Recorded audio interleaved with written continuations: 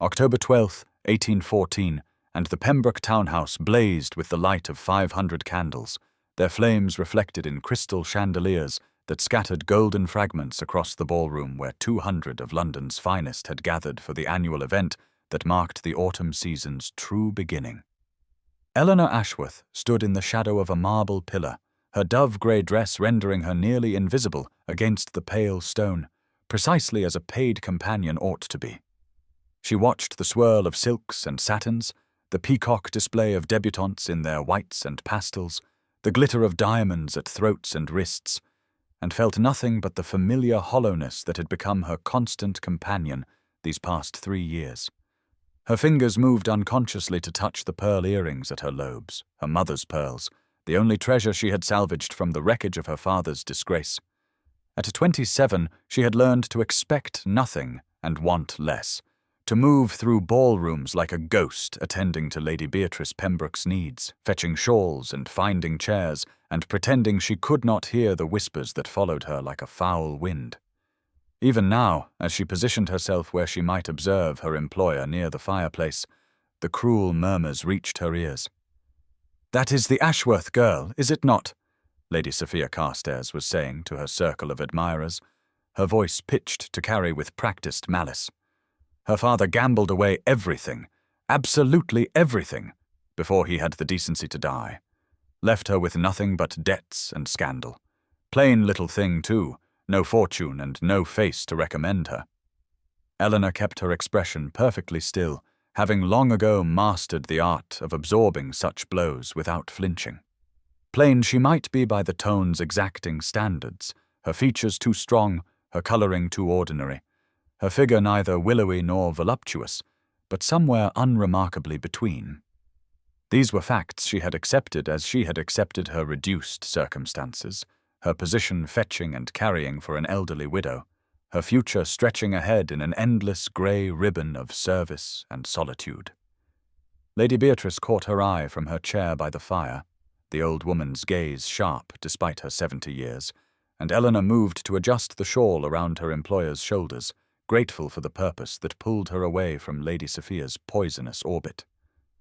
The musicians struck up a quadrille, and the ballroom floor filled with dancers, their movements precise and joyful, and Eleanor watched from her station as she had watched 100 such scenes, a spectator to a life she would never live.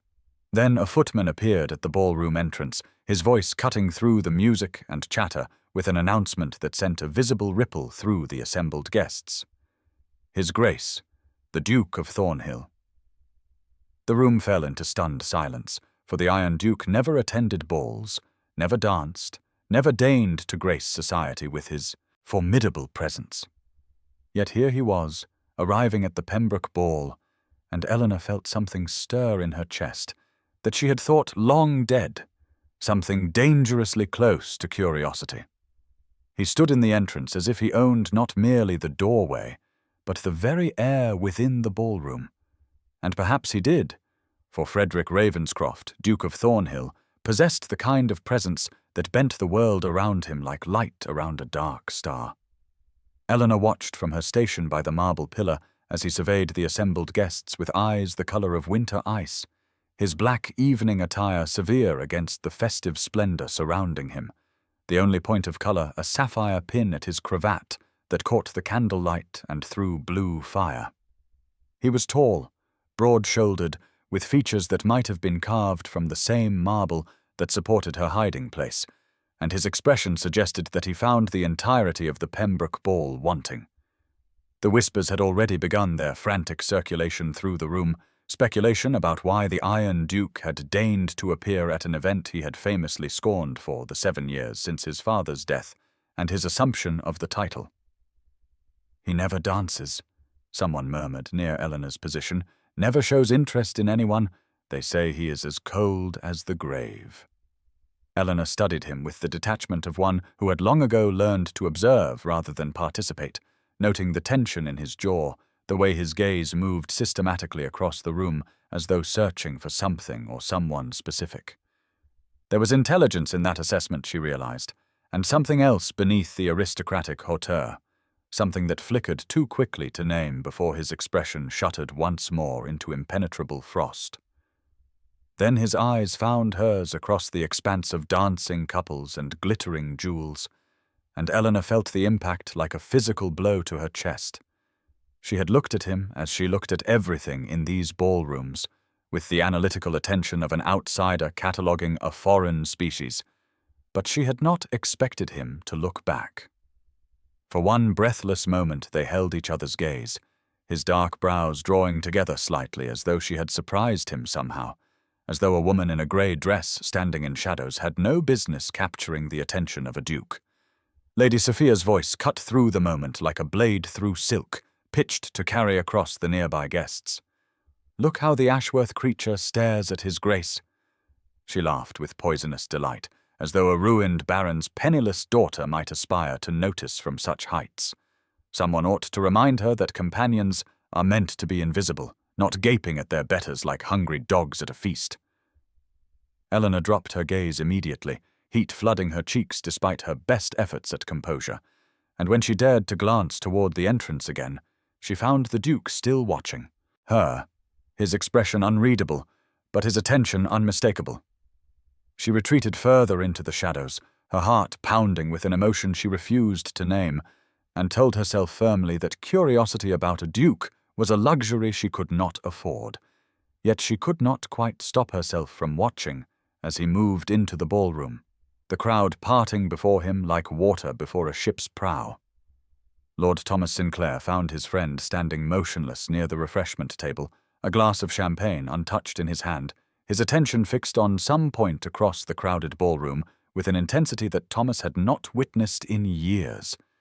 He followed Frederick's gaze and found it resting on a woman in grey, a plain creature half hidden by a marble pillar, and Thomas felt his eyebrows climb toward his hairline in genuine surprise. "Who is she?" Frederick asked without preamble, his voice pitched low beneath the swell of music and chatter, and Thomas studied the woman more carefully, noting her unremarkable dress. Her position near the elderly Lady Pembroke, the way she held herself apart from the glittering assembly as though she expected nothing from it. "That would be Miss Ashworth," Thomas replied after a moment of recollection, the companion to Lady Beatrice. "Her father was Baron Ashworth before he gambled away the family fortune and shot himself in his study 3 years past. Left the girl with nothing but scandal and debt, from what I understand. She has been earning her keep ever since, invisible to everyone who matters."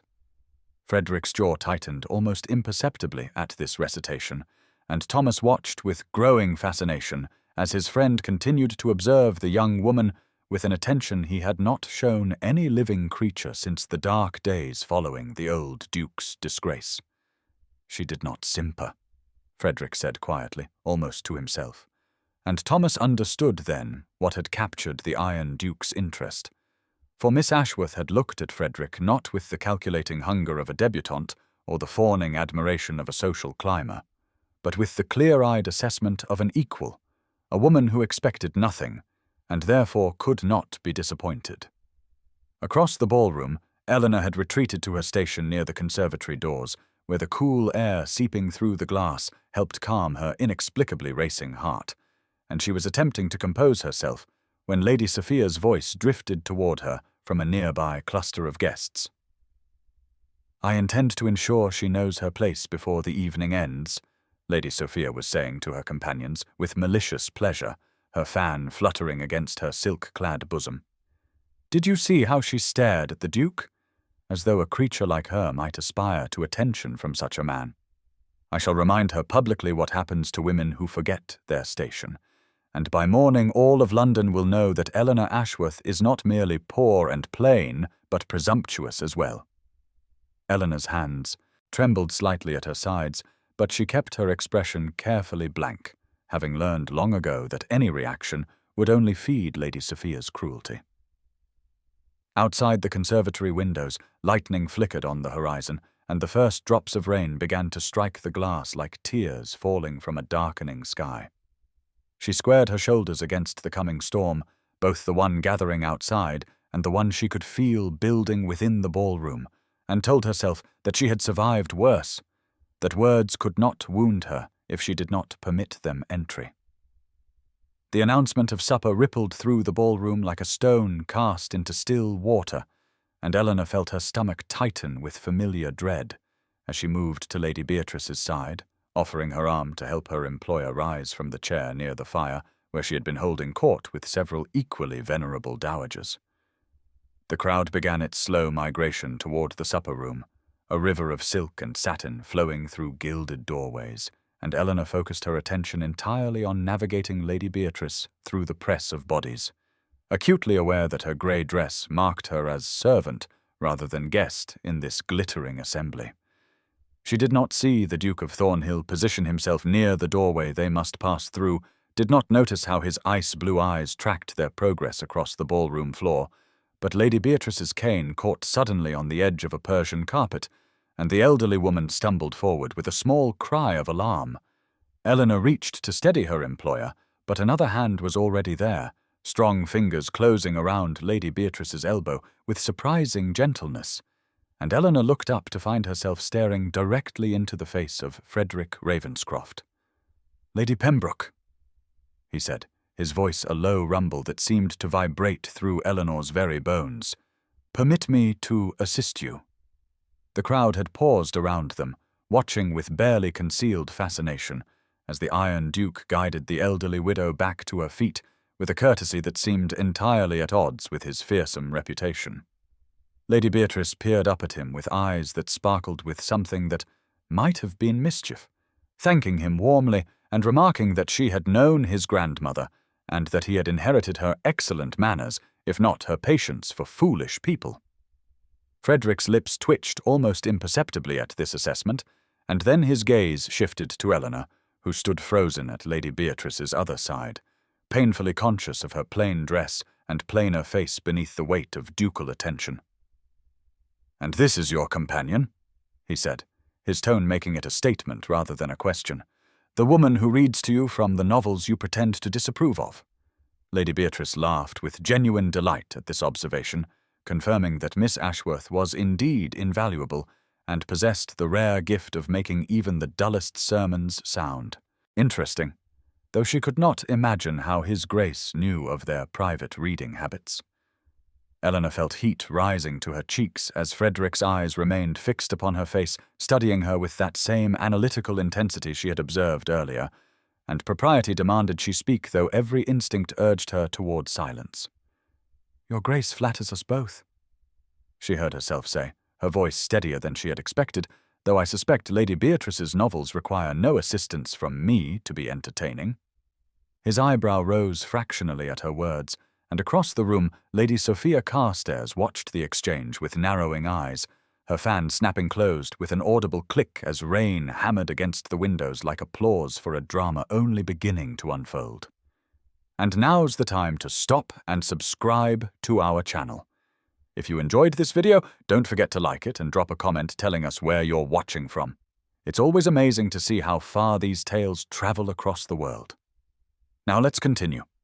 The supper room glowed with the warm light of countless candles reflected in crystal and silver, and Eleanor found herself seated at Lady Beatrice's table in a position that should have rendered her invisible, tucked into a corner where companions traditionally disappeared into the wallpaper while their employers dined with their social equals. She had not expected the Duke of Thornhill to claim the chair directly across from her, had not anticipated the way his presence would transform the intimate table into a stage upon which she felt terrifyingly exposed, and she kept her eyes fixed upon her plate as the first course was served, determined to remember her place, even if he seemed intent on forgetting it. Lady Beatrice was speaking to Lord Ashworth about the weather, that eternal refuge of English conversation, but Frederick's attention remained fixed upon Eleanor, with an intensity that made the fine hairs at the back of her neck prickle with awareness. "You mentioned novels earlier, Miss Ashworth," he said, his deep voice cutting through the ambient chatter of the supper room, "and I find myself curious whether your reading extends to poetry as well." Eleanor's fingers tightened around her fork as she forced herself to meet his gaze, finding in those ice-blue depths something that looked almost like genuine interest rather than the mockery she had expected. "I read widely, Your Grace," she replied carefully. Poetry included, though I confess I find some of the more fashionable verses rather overwrought for my taste. His eyebrow rose at this admission of preference, and he leaned back in his chair with an expression that suggested she had passed some test she had not known she was taking. Then perhaps you can settle a debate I recently had with my friend Sinclair, he continued, his voice taking on a note of challenge that Eleanor recognized from her father's study, from those long-ago days when she had been permitted to participate in intellectual discourse rather than merely serve it. Sinclair insists that Byron wrote the superior elegy, but I maintain that Wordsworth's reflection on mortality surpasses anything the more celebrated poet produced, particularly the line about thoughts that lie too deep for tears. Eleanor felt her lips part in surprise at his error, and before she could stop herself, before the voice of caution could remind her that correcting a duke was not the behavior of a humble companion, she spoke with the authority of someone who had memorized the poem in question years ago. That line is from Wordsworth's Ode on Immortality, Your Grace, not an elegy, she said, and it refers specifically to the philosophic mind finding strength in human suffering, not to mortality in the general sense. The silence that followed her correction seemed to stretch for an eternity, and Eleanor felt her cheeks flame with mortification at her presumption. But then she saw it, the faintest curve at the corner of Frederick's stern mouth, an almost smile that transformed his cold features into something approaching warmth. Lady Beatrice observed this exchange with an expression of satisfaction that Eleanor was too flustered to notice, while across the room Lady Sophia Carstairs watched the Duke lean toward the companion with naked fury burning in her carefully painted eyes. The musicians struck up the opening strains of a waltz as supper concluded, and Eleanor seized upon the general movement toward the ballroom as her opportunity to retreat, slipping away from Lady Beatrice's table with a murmured excuse about fetching a shawl, desperate to escape the intensity of the Duke's attention and the dangerous warmth it kindled in her chest, for she had forgotten herself during their conversation about poetry, had spoken as though she were still the Baron's daughter, with opinions worth hearing rather than a companion whose thoughts should remain as grey and unremarkable as her dress. She positioned herself near the doorway to the servants' corridor, close enough to attend Lady Beatrice if needed, but far enough from the glittering assembly to reclaim her invisibility, and she pressed her trembling hands against the cool wall behind her, willing her racing heart to slow its treacherous rhythm. She did not see Frederick's eyes follow her retreat across the room, did not notice how his jaw tightened with something that might have been frustration or determination, but she could not miss the bright, carrying voice of Lady Sophia Carstairs as that woman positioned herself at the center of a cluster of society matrons, not 10 feet from where Eleanor stood in shadow. How amusing that Thornhill should waste his time on the Ashworth girl, Lady Sophia declared with a laugh, like breaking crystal, though I suppose even a duke might find novelty in conversing with the daughter of a man who gambled away his family's honor before putting a pistol to his own head. The words struck Eleanor like physical blows, each one landing with precision upon wounds she had thought long scarred over, and she felt the blood drain from her face as the matrons around Lady Sophia gasped with delighted horror at such scandalous gossip delivered so publicly. Her father had not used a pistol, had instead drunk himself to death over 3 agonizing months. But the truth hardly mattered when the lie was so much more entertaining, and Eleanor gripped her mother's pearl earrings with fingers gone cold as she fought to maintain the composure that was her only armor against a world determined to remind her of her worthlessness. She did not realize Frederick had crossed the ballroom until his tall form appeared at her side, his presence parting the crowd like a ship's prow through water, and she looked up at him with eyes bright with unshed tears she refused to let fall, certain he had come to distance himself from the contamination of her disgrace. "Miss Ashworth," he said, his voice pitched to carry across the suddenly silent gathering, the 200 guests frozen in anticipation of whatever drama was about to unfold. "I believe you promised me this waltz." The collective intake of breath from the assembled company seemed to steal all the air from the room, and Eleanor stared at him in undisguised shock, her lips parting to refuse, to remind him that companions did not dance, that she had promised him nothing, that he was making a terrible mistake that would cost him far more than it could ever benefit her. But his hand was already extended toward her, steady and certain, and his ice-blue eyes held hers with an expression that dared her to deny him before the watching world. She placed her trembling fingers in his outstretched hand, and felt the warmth of him even through the thin barrier of her glove, a heat that seemed to travel up her arm and settle somewhere beneath her breastbone, where her heart had begun to beat with a rhythm that matched the opening measures of the waltz. And then his other hand found the small of her back, and she was being guided onto the dance floor before the assembled company, 200 pairs of eyes tracking their every movement as the Duke of Thornhill positioned a paid companion in the center of the ballroom as though she belonged there, as though her dove-grey dress were silk instead of serviceable wool, as though she were someone worth partnering rather than someone worth pitying. The whispers rose around them like the hissing of rain against the windows, and Eleanor could not bring herself to look at the faces of the watchers, could not bear to see the mockery or outrage or delicious scandal that surely painted their expressions.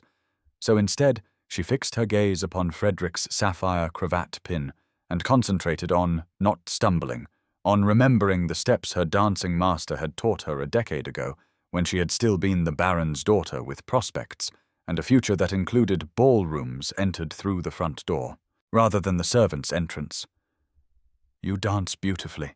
he said quietly, his voice pitched for her ears alone beneath the swell of the music, and Eleanor felt a bitter laugh catch in her throat at the absurdity of it all, at this impossible moment that could only end in her further humiliation when he tired of whatever game he was playing. "Why are you doing this?" she asked, finally forcing herself to meet those ice-blue eyes that had watched her all evening with an intensity she could not decipher. "What possible purpose can this serve except to make me a greater object of ridicule than I already am?" His hand tightened almost imperceptibly at her back, drawing her a fraction closer than propriety allowed, and she caught the scent of him beneath the candle smoke and perfume of the ballroom, something clean and masculine that made her think of winter forests and crackling fires. "You assume I have a purpose beyond the pleasure of your company," he replied, and though his expression remained as stern as ever, she detected something in his voice that sounded almost like sincerity, almost like genuine regard, and the possibility terrified her more than all of Lady Sophia's cruelty combined. Outside the tall windows, lightning split the sky and thunder rolled across the London rooftops, and Eleanor felt the storm echoing in her own chest as they turned and turned again, his hand warm and steady against her spine, her fingers resting on his shoulder where she could feel the strength of him beneath the fine wool of his evening coat. She smelled of lavender, Frederick noted, not the cloying French perfumes that every other woman in the room had doused herself in, but something simple and honest that suited her far better than the artifice of society, and he found himself wondering what other truths lay hidden beneath her careful composure, what fires burned behind those intelligent eyes that had dared to correct a duke about poetry. The waltz ended, and Eleanor slipped from Frederick's arms before he could speak another word, before the warmth of his hand at her back could weaken her resolve any further, and she moved through the crowd with the practiced invisibility of a woman who had spent 3 years learning to be overlooked, her heart pounding against her ribs like a caged bird desperate for freedom from the confines of hope. She needed air, needed space, needed to remember who she was and what she was not, and so she made her way toward the conservatory doors that led to Lady Beatrice's prized collection of orchids, that glass-walled sanctuary where the humid warmth and the sound of rain against the ceiling might drown out the memory of how it had felt to be held by a duke who looked at her as though she mattered. The conservatory embraced her with its earthy perfume and verdant shadows, the orchids blooming in impossible colors along the iron shelving, their delicate petals trembling in the draught from her entrance, and Eleanor pressed her back against hers, a column wrapped in climbing jasmine, and closed her eyes, willing her racing pulse to slow, willing herself to forget the way Frederick had drawn her closer than propriety allowed, the way his voice had softened when he spoke her name. Through the glass ceiling she could see the storm still raging, rain streaming down in silver rivulets that fractured the gaslight from the ballroom into 1,000 shimmering fragments, and she touched her mother's pearl earrings as though they might anchor her to the reality of her situation, remind her that companions did not dance with dukes except as objects of sport or charity. She did not hear the conservatory door open behind her, did not realize she was no longer alone until Lady Sophia Carstairs's voice cut through the humid air like a blade through silk. "Did you truly believe he meant any of it?" Lady Sophia demanded, her beautiful face twisted with a fury that transformed her classical features into something ugly and sharp. "Did you truly imagine that the Duke of Thornhill would lower himself to court a penniless companion with nothing to recommend her but the scandal of her father's name?" Eleanor straightened against the column, her fingers falling from her earrings to press flat against her grey skirts, and she met Lady Sophia's gaze with a composure she did not feel, the fire she had learned to suppress stirring dangerously in her chest. "I imagine nothing, your ladyship," Eleanor replied, her voice steady despite the trembling of her hands. "I am fully aware of my position and my circumstances." "Then you will understand," Lady Sophia continued, advancing until they stood mere feet apart among the orchids, "that your performance tonight has made you an object of ridicule rather than romance, and that the Duke will thank me when I explain how thoroughly you have embarrassed yourself by presuming to accept his invitation." Eleanor felt the old familiar weight of humiliation pressing down upon her shoulders, but beneath it something new was kindling, something hot and bright that refused to be extinguished by another woman's cruelty, and she lifted her chin with a defiance that surprised them both. "I will not pretend to be anything other than what I am," Eleanor said, her voice low but steady as steel beneath velvet. "And if dancing with a duke who asked me properly constitutes presumption, then society's definitions of propriety have become even more absurd than I remembered from my girlhood." Lady Sophia's eyes widened at this unprecedented defiance from a creature she had always dismissed as beneath her notice, and her beautiful mouth twisted into something cruel and cold as she stepped closer still, her silk skirts rustling against the terracotta pots that lined the conservatory floor. "You forget yourself entirely," Lady Sophia hissed, "and you forget that I have the power to destroy not only your pitiful reputation, but that of your employer as well, for Lady Beatrice has shown remarkably poor judgment in allowing her companion to make a spectacle of herself, and society will wonder what other lapses in decorum occur within this household." The threat struck Eleanor like a blow, not for her own sake, but for the kind elderly widow who had given her shelter when no one else would, who had treated her with dignity when the rest of the world saw only her father's shame. And for a moment her resolve wavered as the weight of consequences pressed down upon her shoulders. But then she thought of Frederick's hand warm against her back, of his voice pitched low for her ears alone,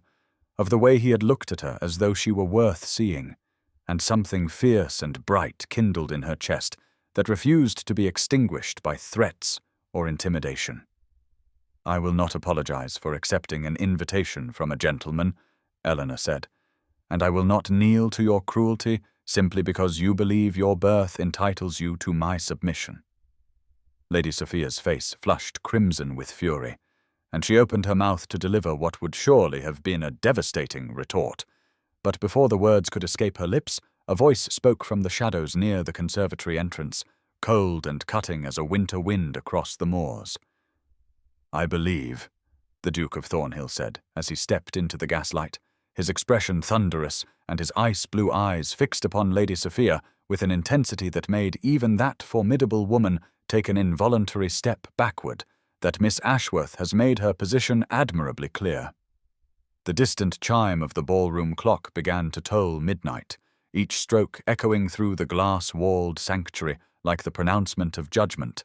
and Eleanor watched as Frederick moved to stand beside her, his presence solid and warm against the chill that Lady Sophia's threats had wrapped around her heart. Lady Sophia recovered herself with visible effort, her chin lifting in defiance, even as uncertainty flickered behind her carefully painted eyes. "Your Grace," she began, but Frederick silenced her with a single raised hand, and Eleanor saw in his face something she had never witnessed in their brief acquaintance,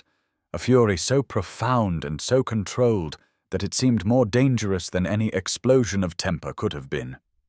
"You will return to the ballroom," Frederick said, his voice perfectly level and perfectly terrifying, "and you will wait there while I determine how best to address this situation." Lady Sophia's face paled at the Duke's command, but she gathered her skirts and swept past them both with what dignity she could muster, her silk gown rustling against the conservatory floor as she retreated toward the ballroom, and Frederick watched her go with eyes that promised consequences, before turning to Eleanor with an expression she could not read in the fractured gaslight filtering through the rain-streaked glass above. "You should not have defended me," Eleanor whispered, her voice barely audible above the storm still raging against the conservatory ceiling. "She will make you pay for this. She will turn society against you for championing someone so far beneath your notice." Frederick's jaw tightened, and he stepped closer, close enough that she could smell sandalwood and rain on his evening coat, close enough that she had to tilt her chin upward to meet his gaze, and what she saw there made her breath catch in her throat, like a bird trapped against window glass. "I have never cared what society thinks of me," he said, his voice low and rough with an emotion she dared not name, "and I will not begin caring now simply because a spiteful woman believes cruelty is her birthright." The midnight bells continued their solemn count, as Frederick took Eleanor's elbow and guided her toward the conservatory doors, and she realized with dawning horror that he meant to return her to the ballroom, to face the 200 guests who had witnessed her dance with a duke and would now witness whatever reckoning Lady Sophia had prepared. The ballroom fell silent as they emerged from the conservatory, every face turning toward them like flowers toward an unexpected sun, and Eleanor could see Lady Sophia standing at the center of the marble floor, surrounded by her allies, her beautiful features arranged in an expression of wounded virtue that made Eleanor's stomach clench with dread. Frederick released Eleanor's elbow and strode forward into that sea of watching eyes, his bearing every inch the Iron Duke, as he positioned himself between Eleanor and the woman who sought her destruction, and when he spoke his voice carried to every corner of the vast room with the cold clarity of winter ice. "Miss Ashworth," Frederick said, turning to face Eleanor with an expression that made her heart stutter, and then stop entirely in her chest. "Lady Sophia believes you have presumed above your station, and demands satisfaction for the offense of dancing with me." Eleanor felt the blood drain from her face as she understood what was happening, felt the world tilt beneath her feet as Frederick continued in that terrible, measured voice, and she gripped her grey skirts with fingers gone numb from shock. "She believes you should kneel before her and beg forgiveness for your presumption?" Frederick continued, and the gasps that rippled through the assembled guests sounded like the death knell of every fragile hope Eleanor had allowed herself to feel during their waltz. "Kneel, Miss Ashworth." The command hung in the air between them, and Eleanor felt tears prick at her eyes, even as something fierce and unbreakable rose within her chest, something that had survived her father's disgrace and 3 years of invisibility, and would not, could not bend to this final cruelty. She lifted her chin despite the tears gathering like storm clouds in her eyes, and she met Frederick's ice-blue gaze with all the dignity her mother had taught her before the world fell apart. "Make me," Eleanor said, and the silence that followed was absolute. The words hung in the air between them like a challenge written in fire, and Eleanor watched as something shifted in Frederick's ice-blue eyes, something that transformed the cold command she had seen there into an expression so raw and vulnerable that it stole the breath from her lungs and made her heart stutter against her ribs like a caged bird desperate for freedom. The midnight bells continued their solemn toll as the Duke of Thornhill, the man society called the Iron Duke for his unbending pride and his refusal to bow before anyone, slowly lowered himself to one knee on the polished marble floor of Lady Beatrice's ballroom. The collective gasp that rose from 200 throats sounded like the rushing of wind through autumn leaves,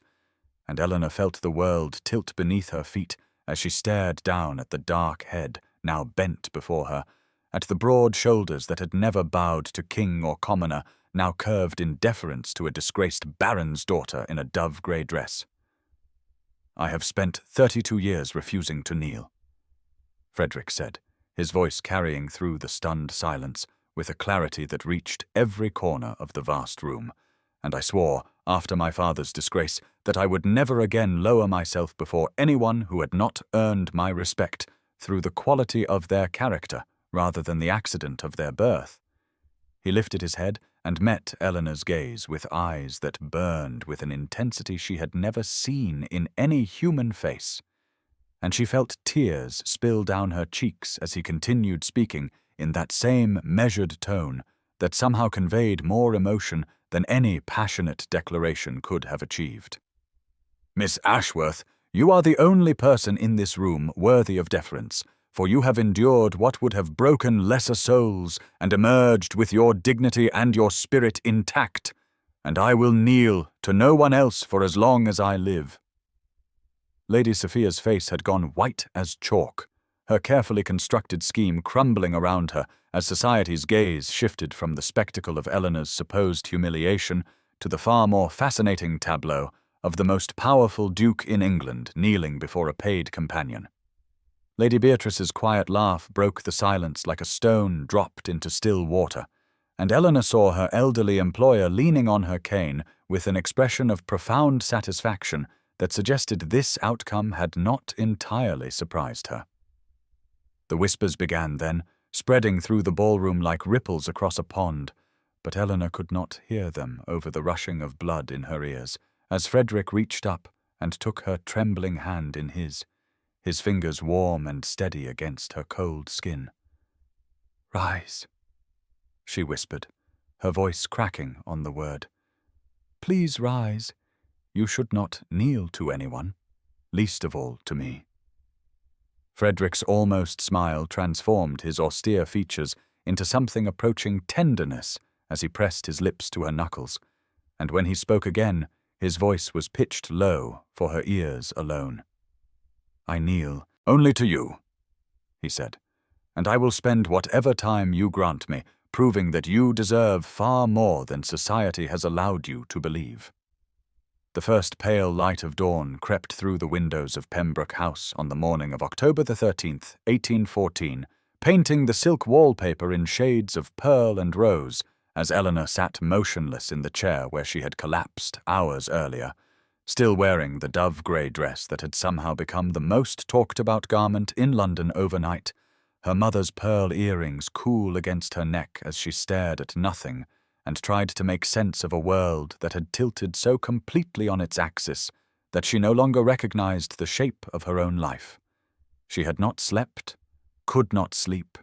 for every time she closed her eyes, she saw Frederick Ravenscroft kneeling on that marble floor, heard his voice declaring her worthy of deference before 200 witnesses who had spent years treating her as though she were invisible, and the memory felt less like something that had actually happened, and more like a fever dream conjured by a mind desperate for validation. It had long since stopped expecting to receive. The rain had stopped sometime in the small hours, and now sunlight broke through the clouds in golden shafts that seemed almost offensive in their cheerfulness, as though the heavens themselves had not witnessed the complete upheaval of everything Eleanor had believed about her place in the world. A soft knock at the door preceded Lady Beatrice's entrance, the elderly widow moving with surprising energy, despite the late hour of the previous evening, her cane tapping against the floor in a rhythm that had become as familiar to Eleanor as her own heartbeat over 3 years of service. "You look dreadful, my dear," Lady Beatrice announced with characteristic bluntness, as she settled herself in the chair opposite Eleanor,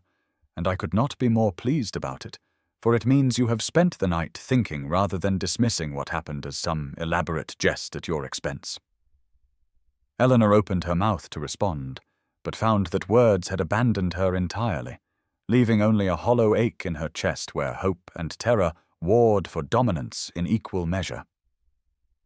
Lady Beatrice's expression softened as she reached across the space between them and took Eleanor's cold hand in her own wrinkled fingers, and when she spoke again, her voice carried a weight of intention that made Eleanor's breath catch. "I invited him, you know," Lady Beatrice said quietly, her eyes holding Eleanor's with an intensity that belied her years. "I wrote to the Duke of Thornhill 3 weeks ago and told him there was someone at my ball he needed to meet, someone whose worth society had criminally overlooked, and I must confess I did not expect him to respond quite so dramatically, but I cannot say I am disappointed with the results." Before Eleanor could process this revelation, a footman appeared in the doorway bearing a simple arrangement of herbs bound with blue ribbon, and Eleanor's hands trembled as she accepted the bouquet and recognized rosemary for remembrance, sage for wisdom, and thyme for courage, practical plants carrying meanings that spoke louder than any hothouse roses ever could. The afternoon light of October 15th, 1814, fell through the tall windows of Pembroke House in shades of amber and gold, casting long shadows across the parlour floor where Eleanor sat with her hands folded in her lap and her heart beating a rhythm of barely contained anxiety as she waited for the Duke of Thornhill to be announced, 2 days having passed since the ball that had upended everything she thought she knew about her place in the world, 2 days during which Lady Sophia Carstairs had apparently been spreading whispers that Frederick's dramatic gesture had been nothing more than a cruel jest designed to raise Eleanor's hopes before dashing them publicly. And though Eleanor told herself she did not believe such poison, some treacherous part of her heart had spent 48 sleepless hours wondering if the gossips might be right. When the butler announced his grace and Frederick strode into the room carrying a leather-bound volume that Eleanor recognized immediately as the collection of poetry they had discussed at supper, her breath caught in her throat and refused to release until Lady Beatrice rose with suspicious speed and declared that her rheumatism required her to rest in the adjoining room, leaving the door pointedly ajar as she retreated with a knowing smile that made Eleanor want to simultaneously embrace and throttle her employer. "You came," Eleanor said, and immediately felt foolish for stating something so obvious, but Frederick's expression softened in a way that made the hard lines of his face appear almost gentle as he settled into the chair across from her, close enough that she could smell the sandalwood of his soap and see the small imperfections in his cravat that suggested he had tied it himself rather than allowing his valet the honor. "I told you I would kneel to no one else," he replied, "which means I must spend considerable time in your presence to fulfill that promise, and I find the prospect does not displease me in the slightest." The silence that followed was not uncomfortable, but rather charged with unspoken questions, and Eleanor found herself studying the book in his hands rather than meeting his penetrating gaze until he spoke again in a voice that had lost some of its aristocratic polish. "My father was not merely a duke who failed in his duties," he said quietly. "He was a man who gambled away my mother's dowry, drove her into a scandal that forced her from society,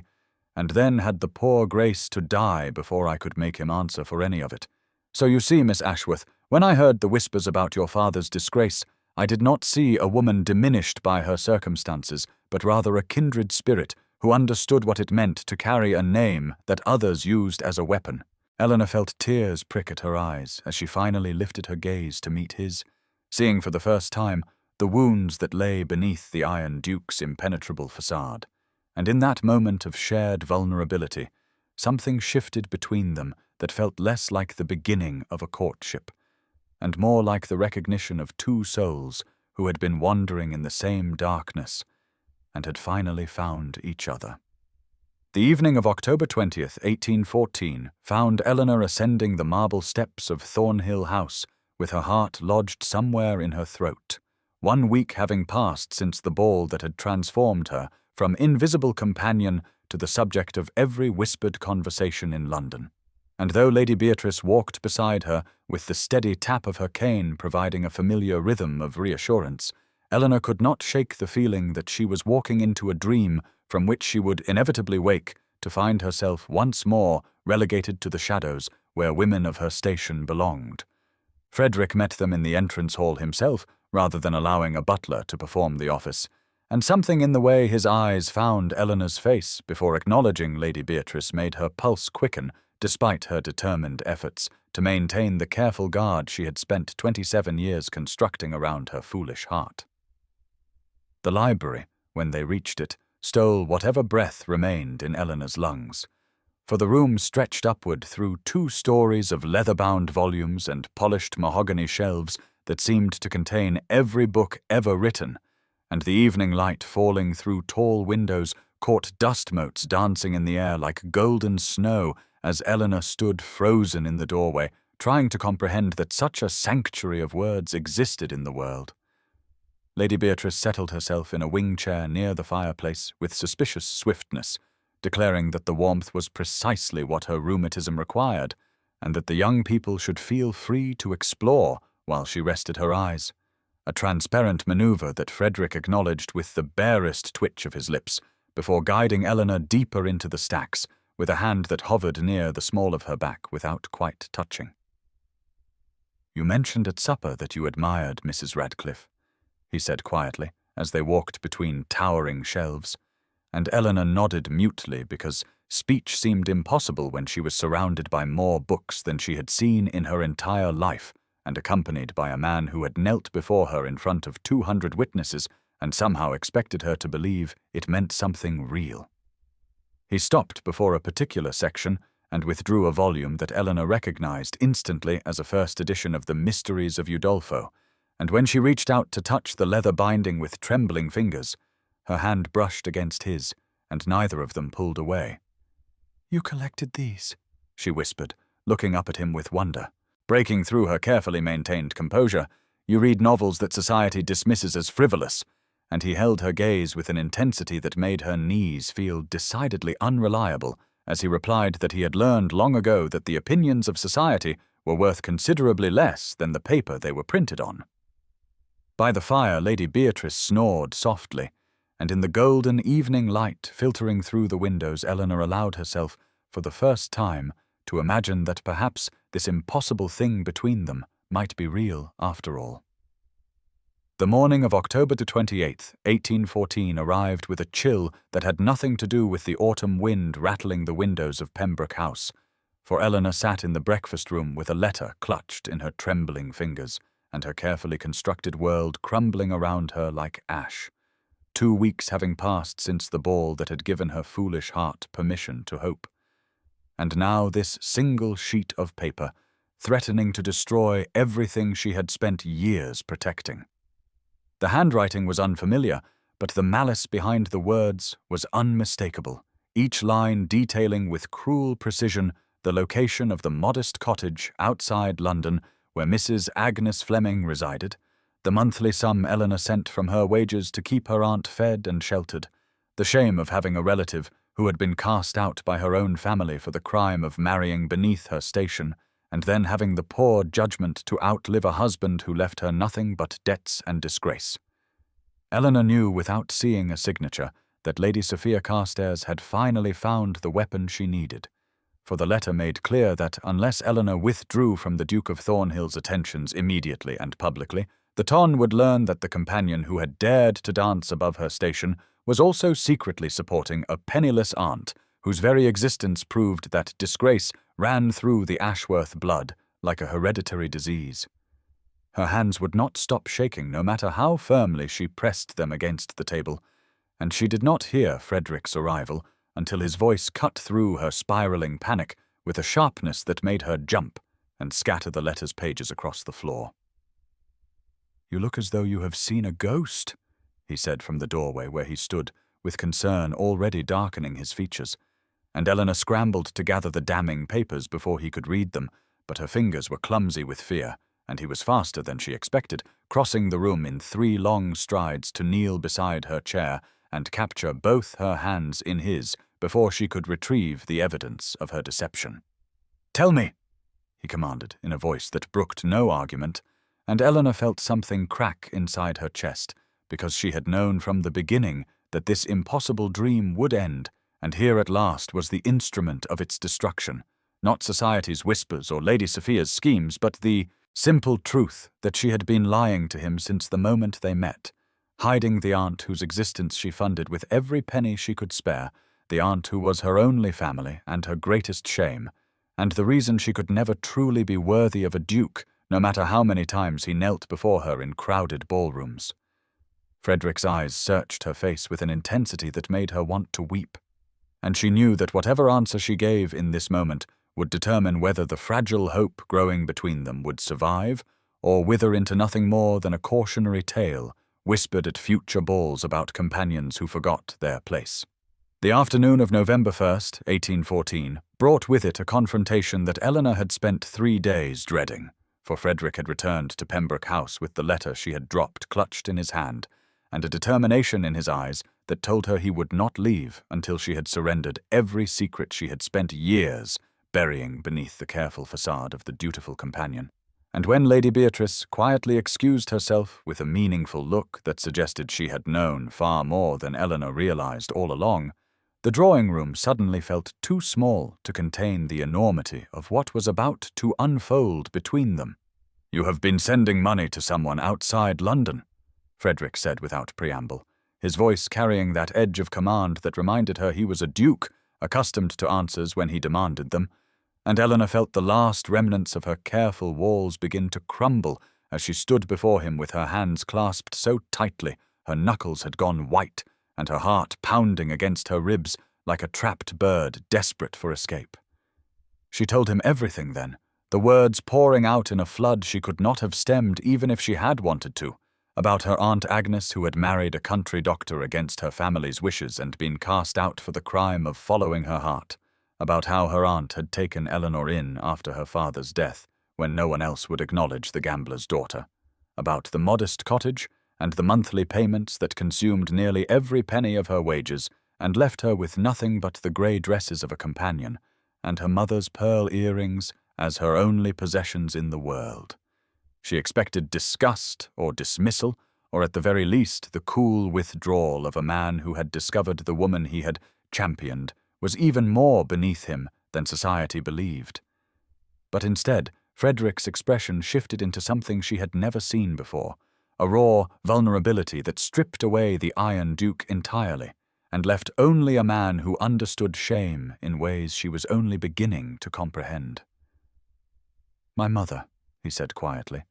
"lives in a cottage in Devon where I have hidden her from society for 8 years because my father's disgrace nearly destroyed her mind, and the ton's cruelty would have finished what his actions began." Eleanor stared at him as the November chill pressed against the windows, and her entire understanding of this man reformed itself around this single devastating admission, and when he stepped closer and took her trembling hands in his, she did not pull away, even though every instinct honed by years of disappointment screamed that this, too, would prove to be a dream.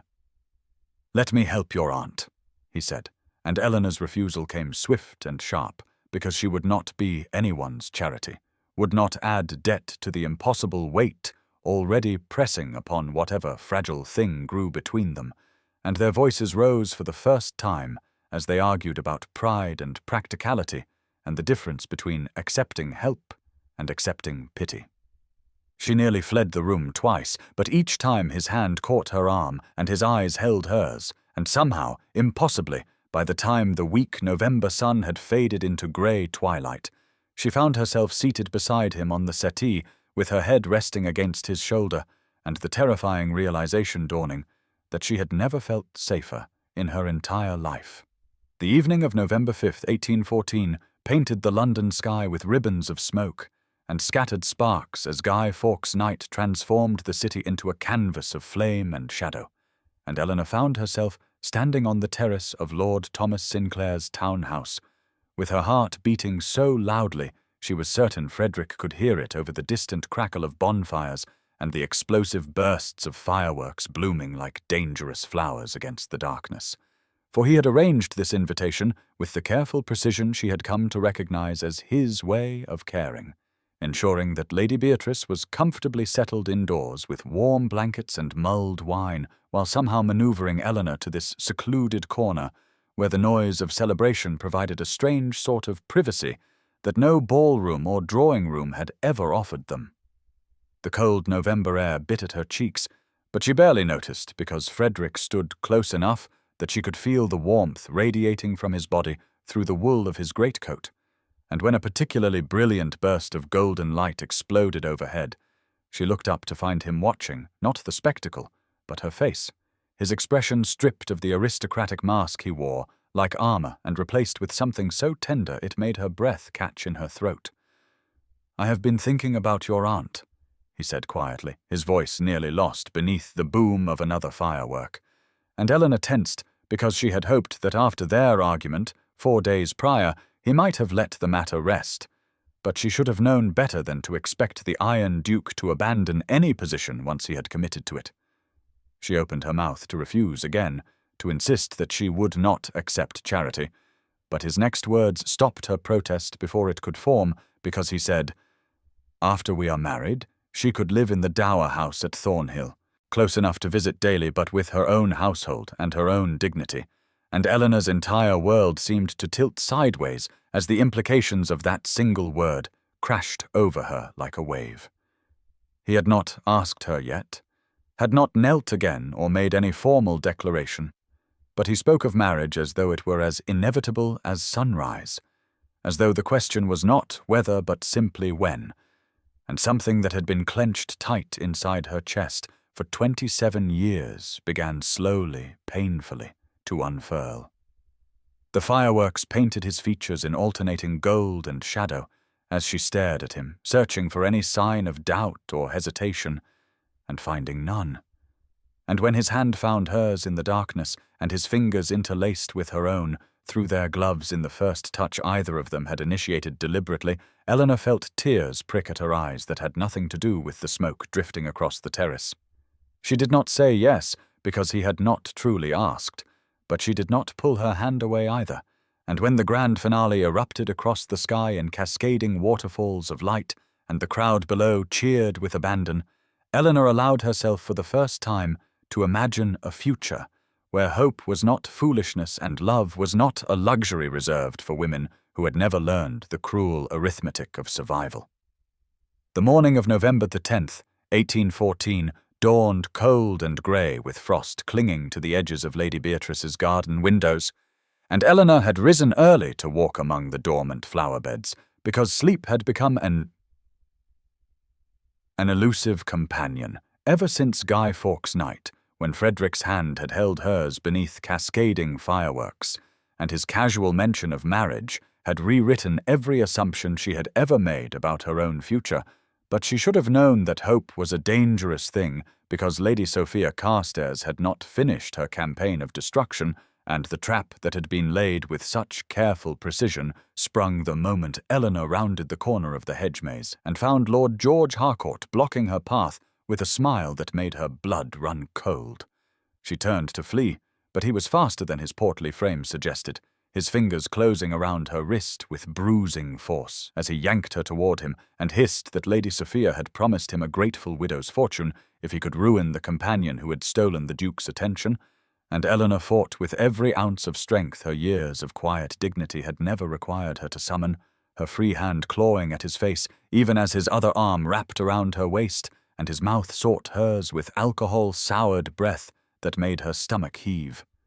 The scream that tore from her throat seemed to echo across the entire garden, but Harcourt only laughed and told her that no one would believe a disgraced baron's daughter over a viscount's son, and Eleanor felt the fabric of her sleeve tear as she wrenched away from him with desperate fury, stumbling backward into the frozen rose bushes just as a shadow fell across them both, and she heard a sound that would haunt her dreams for years to come. The primal roar of Frederick Ravenscroft unleashing every ounce of rage he had spent a lifetime containing behind the mask of the Iron Duke. He did not speak or warn or demand explanation. He simply moved with the lethal grace of a man who had clearly learned to fight in places far less civilized than London ballrooms, his fist connecting with Harcourt's jaw in a crack that sent the Viscount's son sprawling across the frost-hardened ground. And when Harcourt tried to rise, Frederick struck him again and again until blood splattered across the white roses, and Eleanor's voice finally broke through his fury with a plea that was equal parts terror and wonder. "Frederick," she whispered, and he stopped with his fist raised and his chest heaving and his eyes wild with something that looked like love transformed into violence.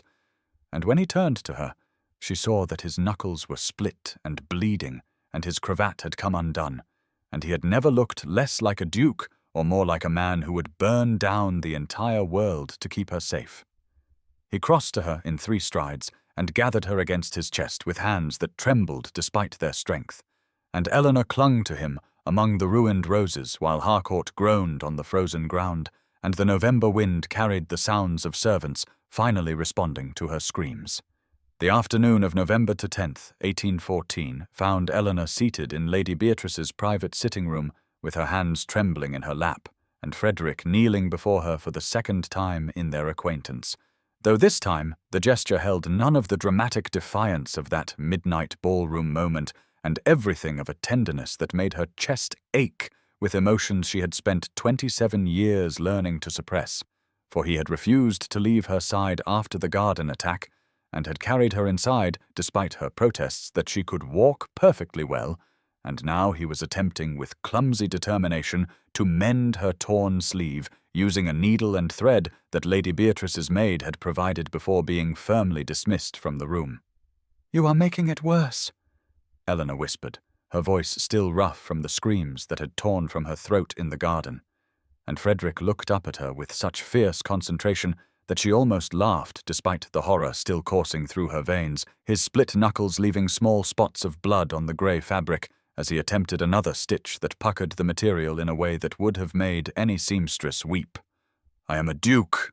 he muttered with an irritation that seemed directed entirely at himself. "I have commanded soldiers and managed estates and negotiated treaties, but apparently I cannot master a simple needle." And Eleanor found her own hands reaching out to still his, turning them over to examine the damage Harcourt's face had inflicted on his aristocratic fingers, the bruises already darkening to purple, and the skin split across 3 knuckles in a way that must have caused him considerable pain, though he had shown no sign of it. "Let me tend these," she said softly, and something in her tone made him go very still as she retrieved the basin of water Lady Beatrice had ordered brought up, dipping a clean cloth into the liquid and beginning to clean the wounds with gentle strokes that made his breath catch audibly in the quiet room. Lady Beatrice chose that moment to enter with her cane tapping against the floor and an expression of grim satisfaction on her weathered face, announcing that Lady Sophia Carstairs would never set foot in this house again, and that she had sent word to 7 of the most influential hostesses in London, detailing exactly what role Lady Sophia had played in arranging the attack on an innocent woman, and Eleanor felt tears prick at her eyes because she had never had anyone fight for her before, had never known what it felt like to have champions willing to destroy reputations and bloody their hands in her defense. Frederick's uninjured hand rose to cup her cheek, and she leaned into his touch without thinking. And when Lady Beatrice loudly announced that she needed to check on something in the hallway, and the door clicked shut behind her, Eleanor found herself looking into eyes that held no trace of the Iron Duke, and every evidence of a man who had discovered something precious he would never willingly release. "I almost kissed you in the garden,"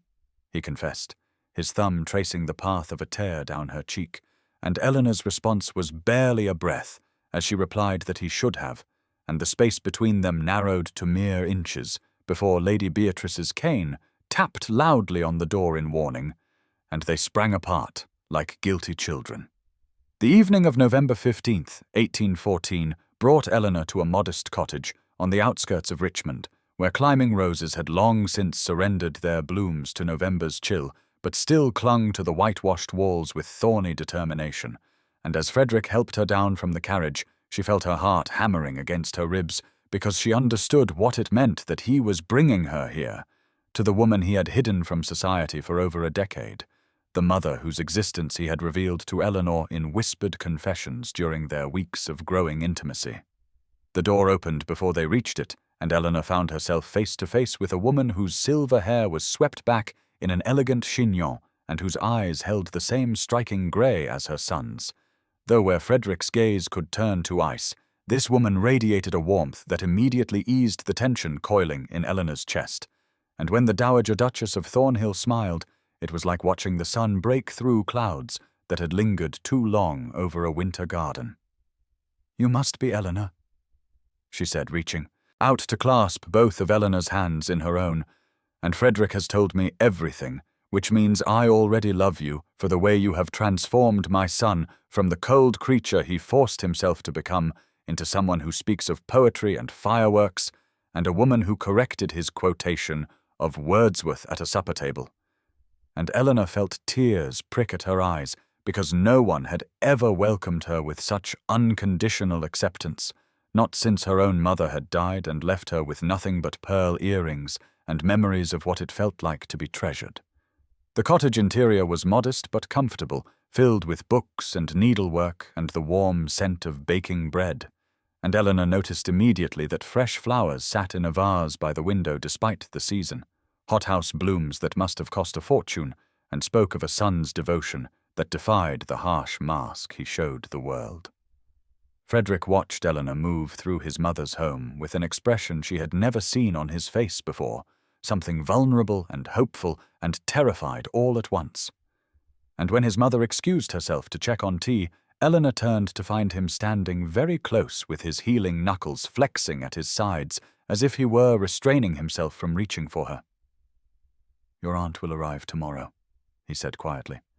"I hope you can forgive me for arranging it without your permission, but I could not bear another day of knowing she lived in uncertainty, when there is room here, and my mother has been lonely for so long." And Eleanor's breath caught because he had not only provided for her Aunt Agnes, but had given his own mother a companion, weaving their broken families together with a generosity that destroyed every remaining wall around her heart. She reached up to touch his face, and he closed his eyes at the contact. And when his mother returned with the tea tray, she found them standing in the fading November light with their foreheads pressed together and their hands intertwined. And she simply smiled and began to pour as if she had always known her son would one day bring home a woman worthy of the love he had buried so deep. The morning of November 20th, 1814 dawned crisp and golden over Richmond, and Eleanor found herself walking through the frost-touched garden of the cottage that had become more of a home to her in 5 short days than any place she had known since childhood.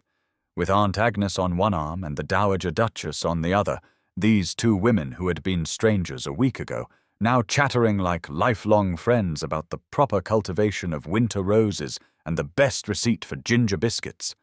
And Eleanor felt something loosen in her chest that she had not even realized she had been holding tight for all the years since her father's disgrace had stripped away not just fortune, but the simple comfort of belonging somewhere with people who wanted her there. Frederick had ridden out at dawn to attend to estate business in London, pressing a kiss to her knuckles before he left that had made both older women exchange knowing glances, and Eleanor had spent the morning marveling at how naturally her aunt had settled into the sunny bedroom overlooking the garden, how the colour had already returned to her cheeks after years of anxious poverty, how she laughed now with an ease that Eleanor had feared was lost forever to the grinding worry of uncertain survival. The Dowager Duchess, whom Eleanor had been instructed to call Margaret, though the intimacy still felt presumptuous, had taken Agnes under her wing with the enthusiasm of a woman too long starved for companionship,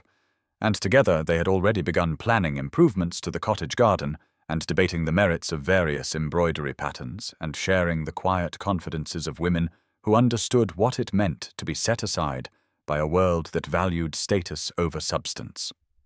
Eleanor excused herself after luncheon to walk alone through the orchard behind the cottage, needing a moment to absorb the magnitude of how her life had transformed in barely 6 weeks, from invisible companion expected to fade into wallpaper to a woman who had been knelt to by a duke before 200 witnesses, who had been fought for and tended to and brought into the innermost circle of a man who had shown the world nothing but ice for over a decade. The sound of hoofbeats on the lane made her turn, and her heart stuttered at the sight of Frederick riding toward the cottage far earlier than expected, his dark coat stark against the pale November sky, and his face wearing an expression of barely contained anticipation that made her breath catch in her throat. He dismounted before the horse had fully stopped, tossing the reins to a startled groom and striding toward her with a purpose that sent her pulse racing, and when he reached her, he simply stood for a moment, looking down at her with those grey eyes that had once seemed so cold and now held a warmth that threatened to undo every remaining defense she possessed. "I could not stay away," he said simply, and Eleanor felt the last wall around her heart crumble to dust as she reached up to touch his face and whispered that she was glad, so very glad, that he had come home. The afternoon of November 22nd, 1814, found Eleanor standing in the drawing-room of the Richmond cottage with her hands clasped tightly before her and her heart beating so fiercely she was certain everyone in the room could hear it, for Frederick had arrived an hour ago with Lord Thomas Sinclair and a formal gravity to his bearing that had sent both Margaret and Aunt Agnes retreating to the garden with knowing smiles and whispered excuses about needing to inspect the winter preparations for the rose-beds. The fire crackled softly in the grate, and pale autumn sunlight streamed through the windows to cast golden patterns across the worn but comfortable carpet, and Eleanor found herself cataloguing every detail of this moment as if she could press it between the pages of her memory like a flower to be preserved forever, the way the light caught the sapphire pin at Frederick's throat, the same pin he had worn the night of the ball when he had first looked at her across a crowded room and seen something no one else had bothered to notice. Thomas cleared his throat and murmured something about checking on the horses before slipping from the room with the discretion of a man who understood that his presence was no longer required, and then Eleanor was alone with Frederick in a way they had never quite been before, without chaperones dozing by fires or older women finding transparent excuses to busy themselves nearby. He crossed the room to stand before her, with that purposeful stride she had come to know so well, and when he took her hands in his, she felt the slight roughness of his healing knuckles against her palms, the physical evidence of how fiercely he had defended her honour against Lord Harcourt's schemes. "I have spent 6 weeks trying to find the words," he said quietly, his grey eyes holding hers with an intensity that made her breath catch, "and every speech I composed felt inadequate to express what you have become to me. This woman who corrected my poetry and refused to kneel and taught me that the heart I thought had frozen beyond recovery still had the capacity to feel things I believed I would never experience." Eleanor felt tears gathering, but refused to let them fall. Not yet. Not when he was looking at her like she was the answer to every question he had ever been afraid to ask. "You transformed me, Eleanor,"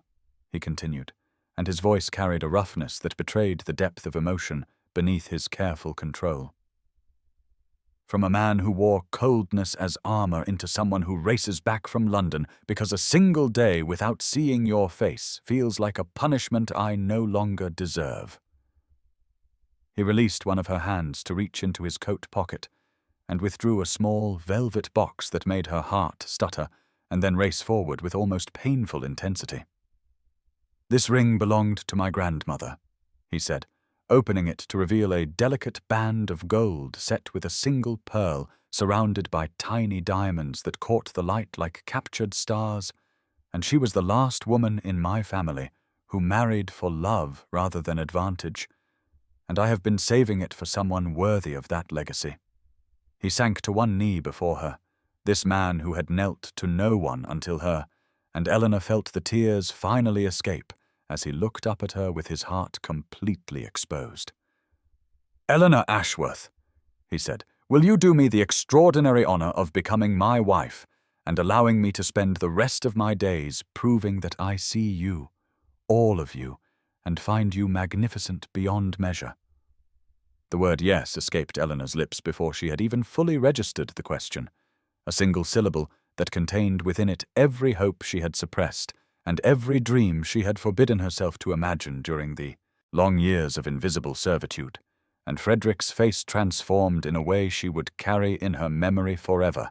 as the careful mask of the Iron Duke crumbled completely to reveal a joy so pure and unguarded that she felt her own tears falling freely now, without shame or restraint. He rose from his knee and slid the ring onto her finger with hands that trembled slightly, this man who commanded rooms with a glance and had brought society's cruelest gossip to her knees through the simple act of kneeling himself, and Eleanor marvelled at the way the pearl caught the afternoon light, as if it had been waiting all these years for exactly this moment, on exactly this hand. Then his arms were around her, and she was pressed against his chest, hearing the rapid thunder of his heart that matched her own. And when he tilted her chin up and looked at her with a question in his grey eyes, she answered by rising on her toes to close the distance between them herself, claiming the kiss she had been denied in the garden when violence had interrupted tenderness. His lips were warm and gentle at first, almost reverent, as if she were something precious that might shatter at too firm a touch. But when her fingers curled into the lapels of his coat, and she pressed closer, he made a sound low in his throat and deepened the kiss, until Eleanor understood why poets wrote of drowning in another person. When they finally parted, they were both breathing unsteadily, and Frederick rested his forehead against hers with his eyes still closed, and whispered that he had been waiting his entire life for her, without knowing she was what he sought. That the coldness everyone saw was merely the absence of anyone worth warming himself for, until a woman in a grey dress looked at him across a ballroom with intelligent eyes and absolutely no interest in his title. Eleanor laughed through her tears and told him she had been quite interested in his title, specifically in how absurd it was that such a thing should matter more than the character of the man who bore it, and his answering laugh was a sound she suspected few people had ever heard from the formidable Duke of Thornhill. The door burst open then to admit Margaret and Aunt Agnes, who had clearly been watching from the garden window and could no longer contain themselves, and Eleanor found herself embraced by both women simultaneously, while Frederick stood back with an expression of bemused contentment that looked entirely foreign on his severe features. Thomas appeared in the doorway with a bottle of champagne he had apparently been holding in reserve for exactly this outcome, declaring that it was about time Frederick stopped being a besotted fool in private and made it official, and the small cottage parlour filled with laughter and tears, and the clinking of hastily gathered glasses, raised in celebration of a future none of them had dared to imagine. 6 weeks ago, when Eleanor had stood invisible against a ballroom wall, believing that love was not written in her stars, the morning of November 25th, 1814, dawned crisp and golden over London as Eleanor stood before the mirror in her chamber at Pembroke House while Lady Beatrice's maid arranged the final touches on her wedding gown, a creation of ivory silk that Lady Beatrice had insisted upon commissioning, despite Eleanor's protests about expense and propriety, declaring that she would not see her companion married in grey when she had spent 2 years watching the girl fade into walls she had never belonged against in the first place. The gown was simple by ton standards, but exquisite in its restraint, with seed pearls scattered across the bodice like stars, and a train that whispered across the floor with each movement. And Eleanor found herself staring at her reflection, as if looking at a stranger who had somehow stepped into her skin and transformed it into something luminous. Her mother's pearl earrings caught the light as they had on the night of the ball 6 weeks ago, but now they seemed to glow with a warmth that matched the impossible joy building in Eleanor's chest as she contemplated the journey from that ballroom wall where she had stood invisible to this moment, where she would walk down an aisle toward a man who had knelt before all of society to declare her worthy. Lady Beatrice appeared in the doorway with tears already gathering in her sharp old eyes, and declared that she had never seen a more beautiful bride. And when Eleanor tried to thank her for everything, the older woman waved away the words with her cane and announced that thanks were unnecessary when one had simply recognized quality that the rest of the world was too blind to notice. The carriage ride to the church passed in a blur of autumn sunlight and falling leaves, and Eleanor clutched the bouquet of rosemary and lavender that Frederick had sent that morning with a note containing only the words "from resignation to forever," and she pressed those words against her heart like a talisman against the lingering whisper of doubt that suggested she might wake at any moment to find this had all been an elaborate dream conjured by a lonely woman who had read too many novels. But then the carriage stopped and the church doors opened, and Eleanor saw Frederick waiting at the altar in his immaculate black coat with the sapphire pin at his throat, and an expression on his face that obliterated every remaining shadow of uncertainty. For the Iron Duke was looking at her as if she were the sunrise after an endless winter, and she understood finally that this man who had never knelt to anyone had been waiting his whole life to bow before someone worthy of the gesture. She walked toward him on steady feet, with her chin lifted and her heart full, and when she reached his side and he took her hand in his, she felt the slight tremble in his fingers that betrayed the depth of emotion beneath his composed exterior. The ceremony passed in a sacred blur of vows and promises and the weight of his grandmother's ring finding its permanent home on her finger, and when the minister pronounced them husband and wife, Frederick kissed her with a tenderness that made the gathered congregation release a collective sigh before he pulled back and whispered against her lips that she had made him the happiest man in England, and he intended to spend every remaining day proving himself worthy of the gift she had given him by simply being herself. The wedding breakfast at Thornhill House unfolded in a golden haze of champagne and laughter as Eleanor moved through the grand rooms on Frederick's arm, marveling at how the same society that had whispered behind fans about her grey dress and disgraced name now competed for her attention with smiles that ranged from genuinely warm to transparently calculating. And she found she could distinguish between them now with an ease born of 7 weeks spent watching Frederick navigate these treacherous waters with the quiet assurance of a man who had long since ceased caring what any of them thought.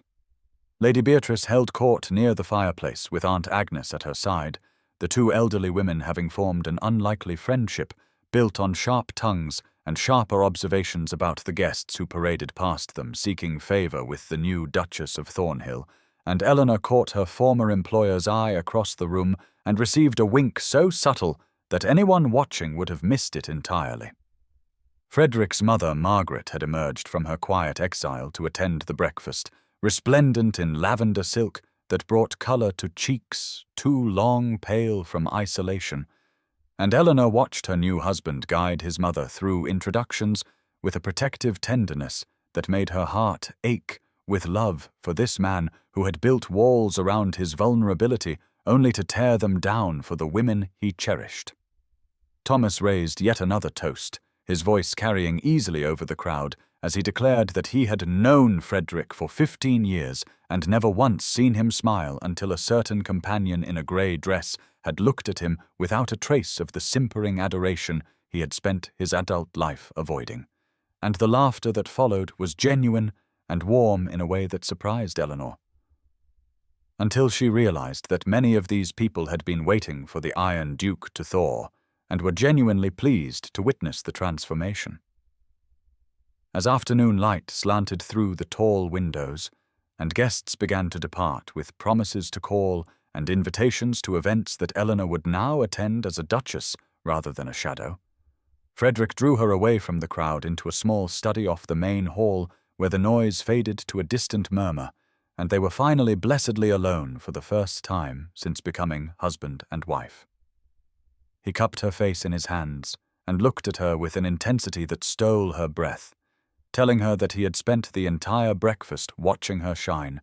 and wondering how he had ever existed in the cold darkness before she had illuminated his world with her wit and her courage and her stubborn refusal to kneel before anyone who had not earned her respect. Eleanor rose on her toes to kiss him softly and whispered against his lips that she had spent years believing herself invisible and unworthy, that she had resigned herself to a life of grey dresses and shadowed corners, and that she would spend whatever years remained to her proving worthy of the man who had seen her true self when she had forgotten it existed. Frederick pulled her closer and rested his chin atop her head as the sounds of departure echoed through the house,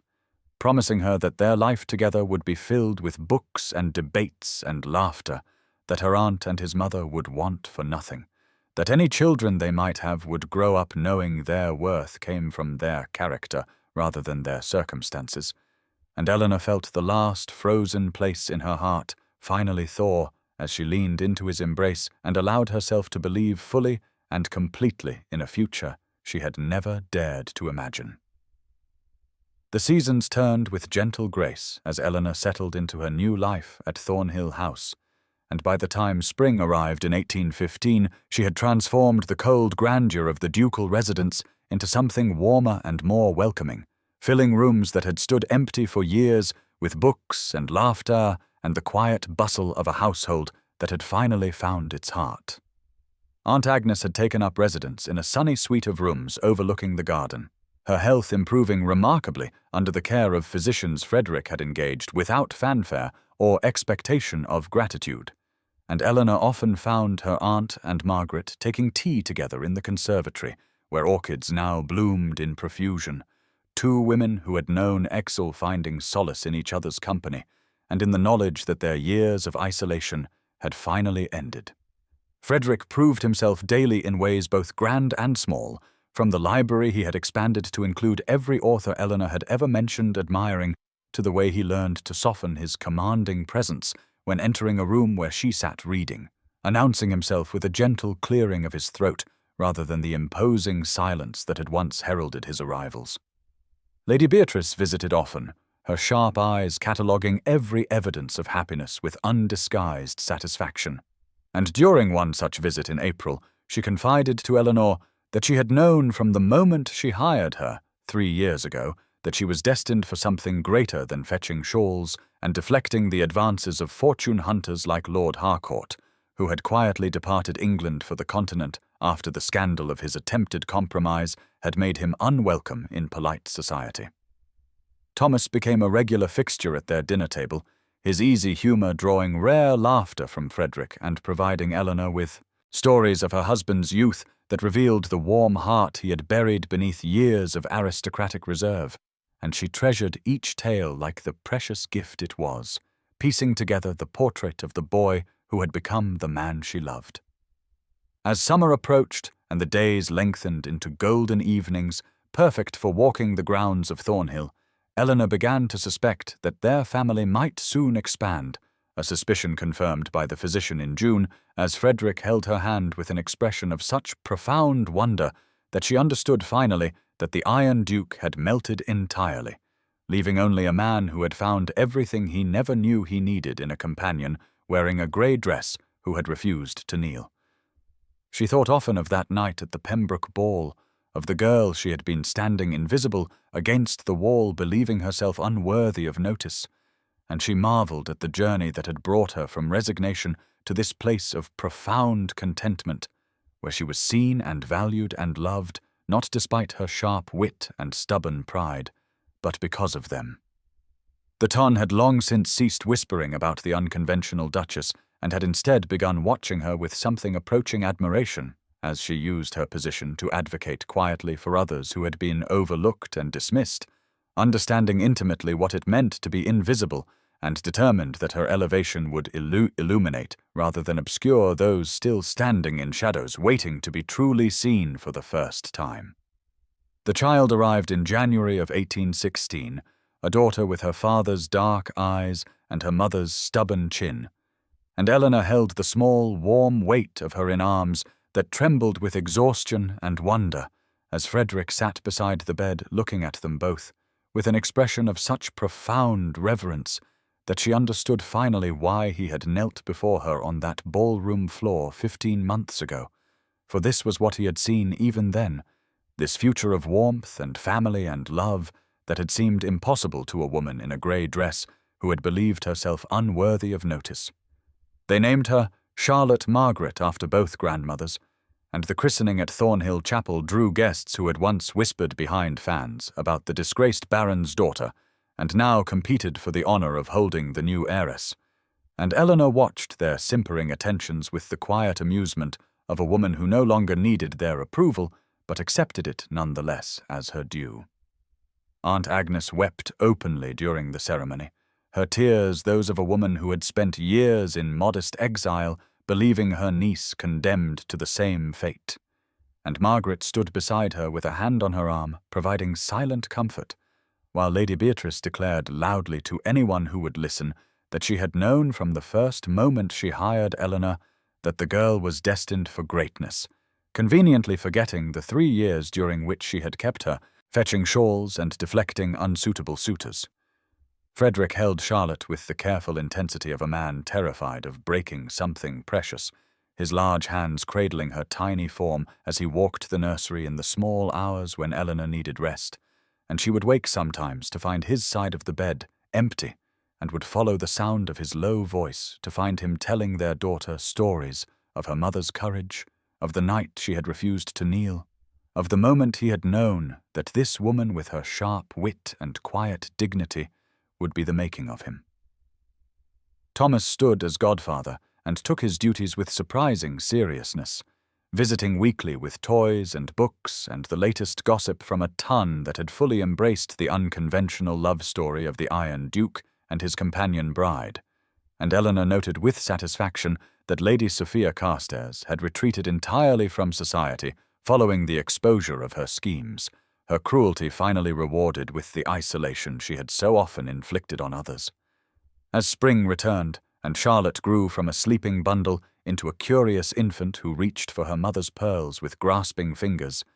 Eleanor sat in the garden at Thornhill, surrounded by the people she loved, and thought of the girl she had been standing invisible against a ballroom wall, believing herself destined for a life of shadows and service. And she marveled at the distance traveled from resignation to this place of profound belonging, where her worth was recognized daily in the eyes of a husband who had built his walls only to tear them down for her, in the warmth of family restored, in the future stretching before her, filled with possibilities she had never dared to imagine when she was merely a companion in grey waiting to be seen.